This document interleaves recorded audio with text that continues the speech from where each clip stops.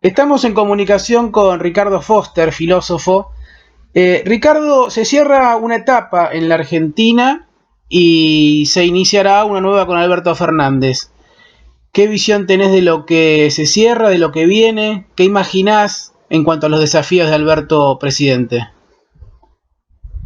Cuando uno mira estos 4 años, es casi, te diría, una tarea imposible de descubrir algunas cosas favorables para las grandes mayorías de la sociedad.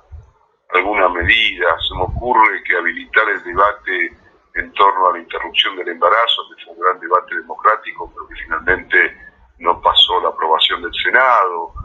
Quizás haber regularizado o continuar la regularización del INDEC que había empezado Axel Kicillof. Lo demás es destrucción, daño, el salario, las jubilaciones, la actitud terrible para dejar sin cobertura a los discapacitados, el endeudamiento salvaje, la parálisis de la producción industrial, el crecimiento de la desocupación, el crecimiento exponencial de la pobreza que terminó en casi 41 puntos después de haber prometido pobreza cero, y podríamos seguir, devaluación que llevó el peso de 9 a 63. Eso implicó un combo que no dejó zona liberada de daño en la economía, la sociedad, la vida cultural, las instituciones. El gobierno de Macri es probablemente el gobierno más nefasto de la vida democrática posterior a la dictadura.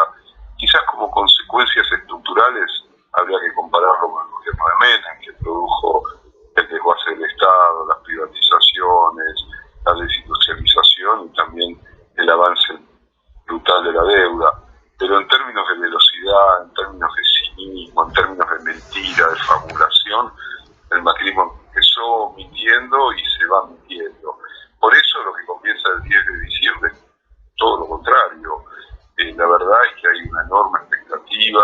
Me parece que el gabinete que conformó Alberto Fernández es un gabinete muy interesante, muy compacto, muy equilibrado. El área económica es un área heterodoxa, con gente muy comprometida con una economía vinculada precisamente a los intereses nacionales. Creo que ese espacio que integran Guzmán, Culfas, Mercedes Marco del Pont, también Cecilia Todesca, Vanoli, cada uno en su lugar, muestra que hay claramente una intencionalidad de parte de Alberto Fernández de ir hacia un proyecto que reactive la economía, que mejore las condiciones del salario, que mejore la situación de los jubilados.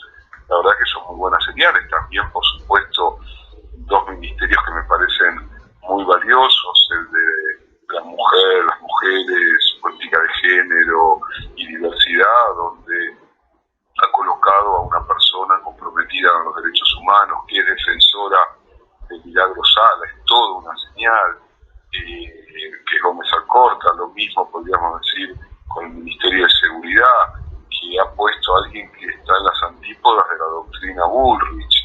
La verdad es que cuando uno mira ese gabinete, también podría decir el lugar que tiene allí nuevamente en el Ministerio de Defensa Agustín Rossi, el papel que seguramente va a ser muy interesante que tendrá Tristan Bauer al frente del Ministerio de Cultura.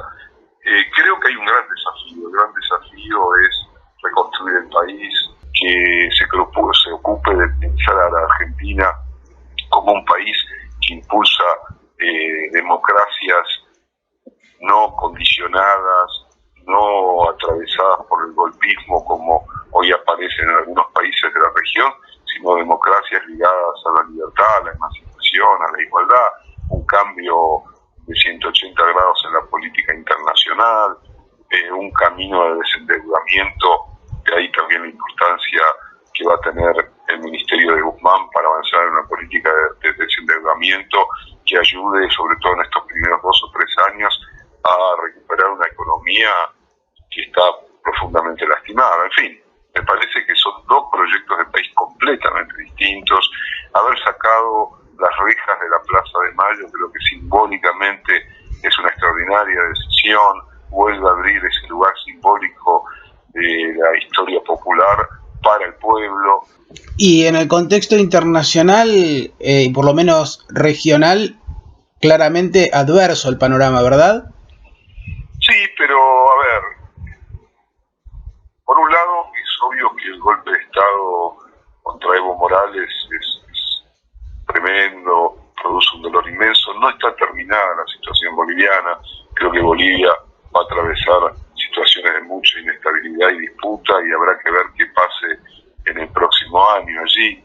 Creo que lo que está sucediendo en Chile es de otro nivel. Ahí hay una enorme rebelión popular encabezada fundamentalmente por los jóvenes, que está poniendo en evidencia la mentira de ese modelo económico y político que se le ofrecía como el gran modelo exitoso de la región, y que lo que hizo fue quitar derechos, privatizar todas las esferas de la vida: educación, salud, recursos naturales, jubilaciones, humillando al pueblo chileno. Y me parece que es extraordinario lo que está pasando, y hay que ver cómo se sigue desarrollando.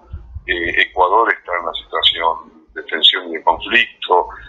Brasil habrá que ver qué termina sucediendo con ese experimento de políticas autoritarias neofascistas y políticas económicas neoliberales.